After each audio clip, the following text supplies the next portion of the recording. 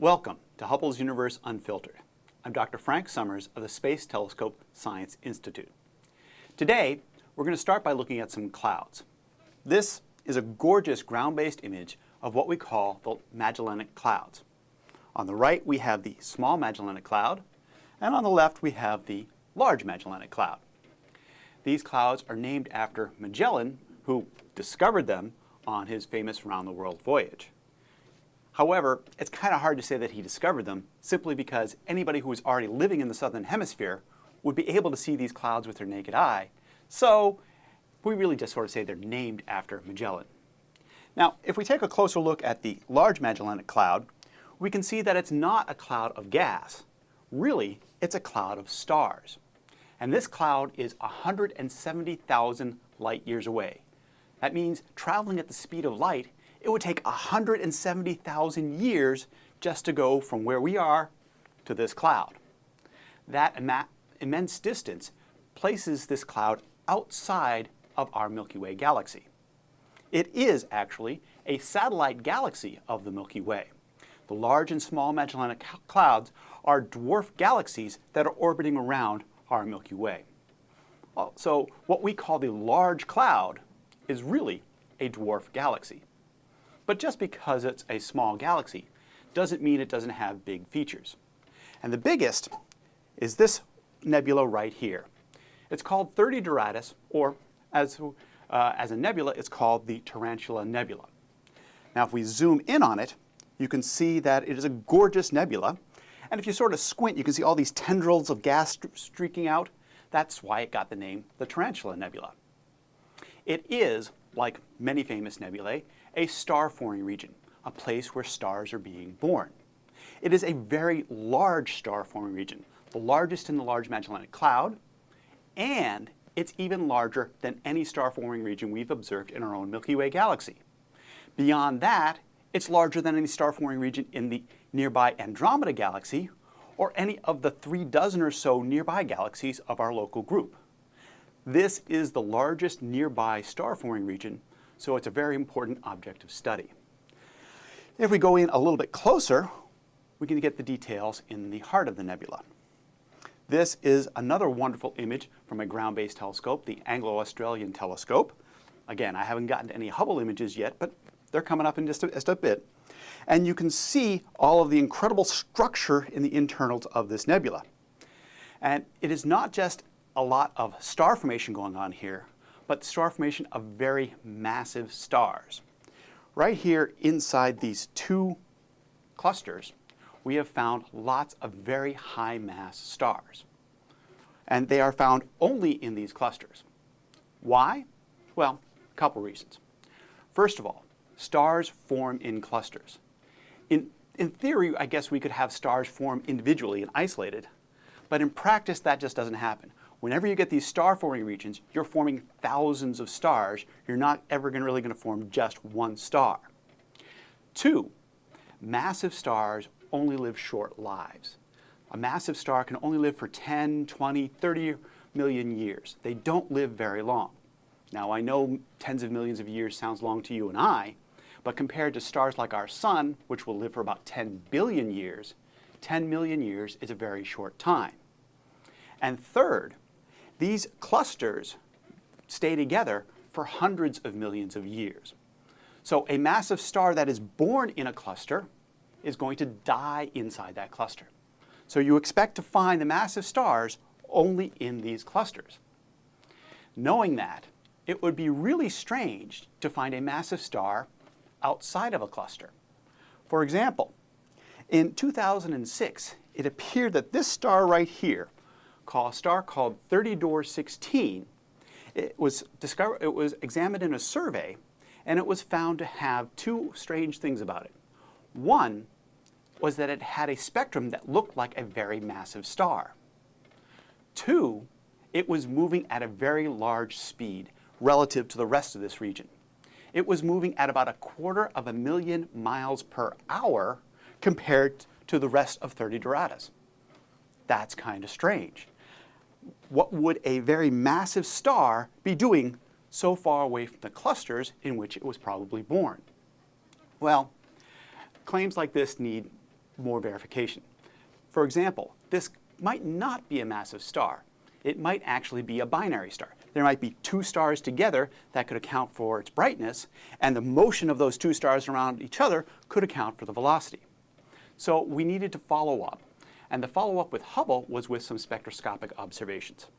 Now, many of you remember that when you take white light and you pass it through a prism, it spreads it out into its component wavelengths, going from violet over here to red over here. The different wavelengths of light have different colors. And so this is what we call a spectrum of white light. If you take the spectrum of the sun, however, you don't just get that rainbow. You also get these black, dark lines across it. What's happening here is that the elements in the sun's atmosphere are absorbing some very specific wavelengths of light and causing dark lines across those regions. This is not a scientific observation. This is actually a drawing of the sun's spectrum. If we did a scientific observation, we'd actually take a much, much higher resolution spectrum, and there would be many more spectral lines. The size of the spectrum would be really, really, really long, so we have to chop it up into many pieces. So here is a scientific observation of the sun's light, and you can see that there are thousands upon thousands of spectral lines in the sun's spectrum. Now, this creates a beautiful, pretty picture. You get the nice colors throughout it. However, this is not terribly useful for science. The way astronomers tend to look at spectrum is as a graph. So here is the Hubble observation of 30 Dor 16 in the ultraviolet as a graph. Now what you can see is that this is intensity on this axis, and this is wavelength on this axis. What you can see is that there's some general average brightness across all of the spectrum, but those spectral lines, the places where it was dark, those would be the troughs in the spectrum, the places where this graph goes down. And there are actually some spectral lines that are in emission that are brighter than average, and they would be these peaks in the spectrum. So in looking at this spectrum, astronomers can analyze it to try and figure out what type of star it is. I'm not going to go into the details of how we do that, but what you really need to know is that the pattern of spectral lines is different for each type of star. So we take 30 Dor 16 and we compare it to a previous observation that Hubble made of a star known as HDE 269810. Again, most stars just have catalog numbers, and these are the two catalog numbers of these stars. This star we know is a very massive star. And we compare the spectrum of this star to the spectrum of 30 Dor 16, you see the pattern matches. You get emission over here, you get a trough over here, you get a trough over here. You look at the pattern of the spectral lines in detail, and they really match beautifully. This confirms that 30 Dor 16 really is a massive star, and it's estimated to be 90 solar masses. That's 90 times the mass of our sun.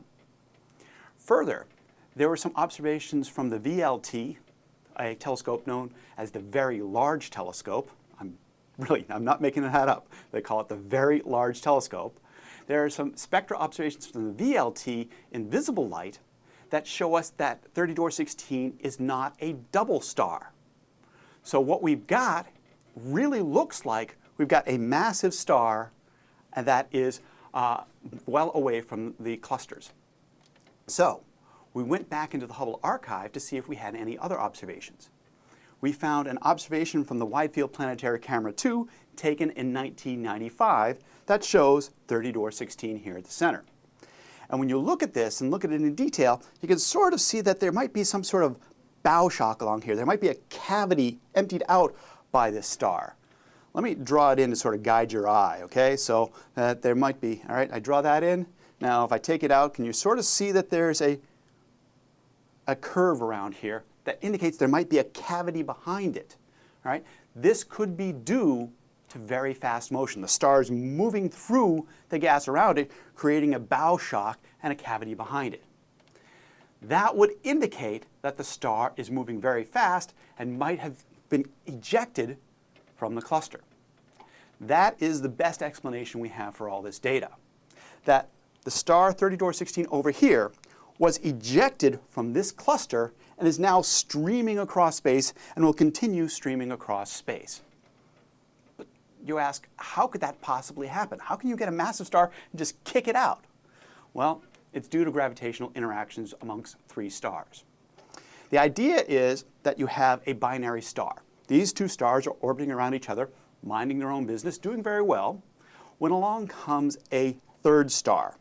The third star comes in and gravitationally interacts with these two stars. In certain circumstances, that interloper star can now form a binary with one of the two stars, and the other star gets ejected. And matter of fact, the two stars form a very tight binary system, and the third star gets thrown out at very high velocity.